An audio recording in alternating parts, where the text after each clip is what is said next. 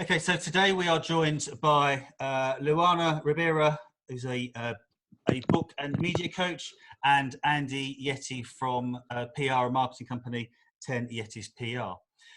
We wanted to get some insights from you both into quite how much and how far people should be going using their personal social media when talking about political aspects. This came about the last couple of days with regards to the Dominic Cummings incident, we shall call it. A lot of people have been very vociferous, and it's felt by our editorial team that sometimes being that vociferous on social media may actually be personally detrimental actually to your business by being so vocal. So hopefully we can get you both on and give us your personal opinion. We'll start with you, Luna. How do you actually think that people should be using social media at times like this? Look, I think it's a great thing for people to be voicing their opinions, and if they own a business and if they have a personal brand and if they are stepping up as leader, then I think it's a great thing for them to, show people who they really are and sharing their beliefs and influencing people in a positive way. And I fully believe that. And it is absolutely true that some people will be put off by that. Absolutely, they will be. But the thing is that to be able to call in the people who we're meant to work with, the right people, the people who we vibe with, the people who, when we work with them, it feels like we're working with a friend. We could go out for a drink with them. To build that sort of relationship, it takes that much openness to be able to call them in. So while, yes, we do repel some people, we're also calling the right ones in. Okay. Andy, what do you think on that? Well, it's difficult, isn't it? I guess I'm old school. I unfortunately worked for Whitbread. We had the old adage that never talk about religion or politics because it creates arguments. And it's no different. Social media is just the modern, especially in the current lockdown, the modern day pub, isn't it? You go out there, you put your opinion out there, and it can cause arguments. So I am all for the kind of behind the scenes insight that social media can give, especially to a large organization or a large company. Having a CEO who goes and does things a bit differently is always going to help you stand out. We think about Waitrose when they had the CEO who had his own blog called, I think he was called like the Fat Chef. And it was a bit of an insight into his thoughts and and what he was up to. But I think it can damage your brand reputation, especially around. No, that's not true. It can't damage your brand reputation. It can put people off working with you. Now, unfortunately, I fully agree that you want to work with the people that you get on with and that you like. But unfortunately, I've worked for both political parties, and that was a hideous experience. But they paid the money, they paid the bills. So that's just kind of like the way it is, and I guess my opinion on it. Okay.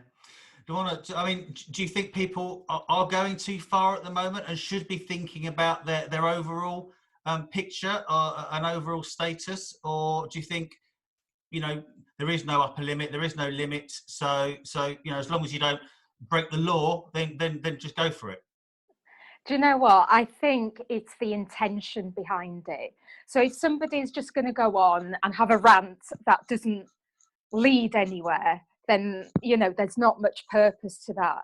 But if the intent is to share a message and to take a strong stance against some, really stand up for what you believe in, then absolutely go for it. But do it with the right intention, not just to rant about nothing. I think there's a big difference between. I think there's a big difference between the rants. I probably talk far too candidly on my own Twitter account about my own life and what I'm doing. But I think there's a big difference between ranting because your delivery person. Your dad bond posts are legendary. Well, let's leave that. But I think there's a big difference between lobbing a poster, lobbing a parcel over a fence and ranting about it, or you know, compared to obviously the real extreme things like the Cummins situation, like the Black Lives Matter situation. You know, for me, that's not something I would, you know, personally feel comfortable talking about on social media anyway. Incidentally, at the complete other end of the spectrum, the worst thing I've ever done that's ever got the most hate on social media was where I voiced my opinion that I don't actually like dogs. And oh my God. Oh yeah, I can imagine that. So you're not going to try and pitch some dog food manufacturers in the near future then? I would never want to work with a dog brand. Again, actually, I have worked with one, so I'll say again. Do you think, both of you, a really question for you, do you think, you know, there are limits that even letting yourself go, you actually should try to rail things back, or pretty much just, you know, as long as you're keeping within the law, then just go for it? There needs to be thought behind it, you know, there needs to be thought about it, not just spewing things, whatever comes to mind.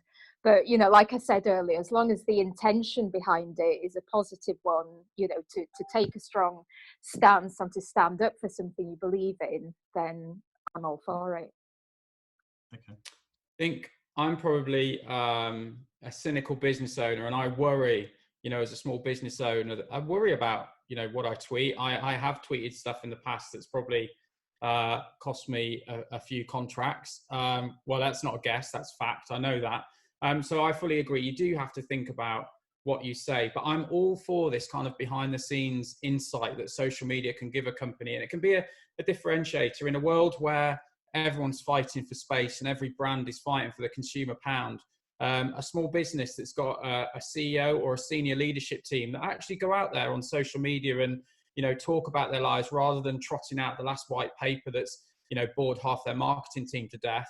I think that's what consumers want, but it's a very fine line. It's a very fine line between, you know, giving insight and actually scaring off potential customers. Okay, just sticking with the social media, but coming away from that slightly, in so much as, how do you think you know, business owners should really be looking at using social media to actually enhance both their personal brand, but also, you know, by definition, the brand of their own companies?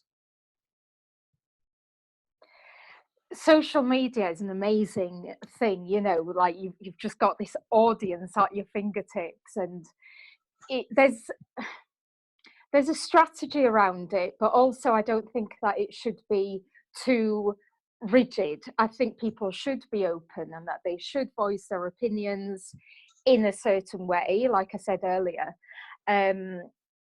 because, you know, people want the human behind the product or behind the service. They want to know, like, there's maybe 10-20 years ago not so much, but now it's not enough to be a faceless company. You know, people want that personal touch. They want to know who they're working with. I think that's absolutely spot on. I think, you know, as I kind of said, getting that insight is absolutely key. I think the difficulty is nowadays is that, you know, social media is very much you open the window, shout out the window, and then close the window again and hope some of it sticks. And what, you know, what is funny and what is maybe satirical now, when you come to read back, you know, your tweets in, you know, not even in 10 years time, in a couple of years time. I remember, unfortunately, I'm a fan of Liverpool, and I had an absolute one-man campaign to get rid of Brendan Rodgers. And I look back at it now, and I look back at some of my tweets, and I think, actually, in the kind of, you know, be kind arena, that looks pretty savage. So it's things like that where you just need to be careful and be conscious of, you know, where society's moving to. Yeah, and do you think, given where we are at the moment, there is more of a community feel and more of a coming together generally? You know, I know there's been a lot of negativity in the social media bubble, but generally within business and generally within the, you know, the UK, you know, people are becoming much more softer and much more community orientated, you know, than as hard and harsh as they may well have been, you know, even 6 weeks ago. That's definitely been my experience. I feel like people have really come together and have been helping each other out. That's yeah, that's definitely been my experience and the experience of my clients. Do you I think think it's that will been a carry on? really Sorry, Andy. Do you think Luna? Do you think that will actually carry on as things go as well? I hope so. I really do. Yeah, yes, I do. I do. All right. Sorry, Andy. I busted in. No, I think, I think that it's been a bit of a wake up call for society that we dash to get our train, we dash to pick up our kids or whatever from clubs, and we don't take time out for other people. I can say that I've spoken to more people that I would have considered to be competitors over the last 7 weeks, and actually got involved in these Zoom chats, for example, or industry quizzes, or for whatever kind of forced fun we were having to do. And actually, do you know what? We're all in the same boat. We're all trying to help each other. I want this to be forever. I think the current community spirit is amazing, but I think very quickly it's going to slip back to where we were. And my fear is that we will forget just how important the NHS has been during the last 9 weeks, whatever it is. I think we'll get back to our busy lives, and it will gradually become eroded away and become like this myth, which I don't want. I absolutely don't want. But I think that's the way that it will go. It's just the nature of society. We almost need to replicate London 2012 all over again, and the spirit that the country came together with. Maybe we'll do that next year, just to give the country another boost. All up for that.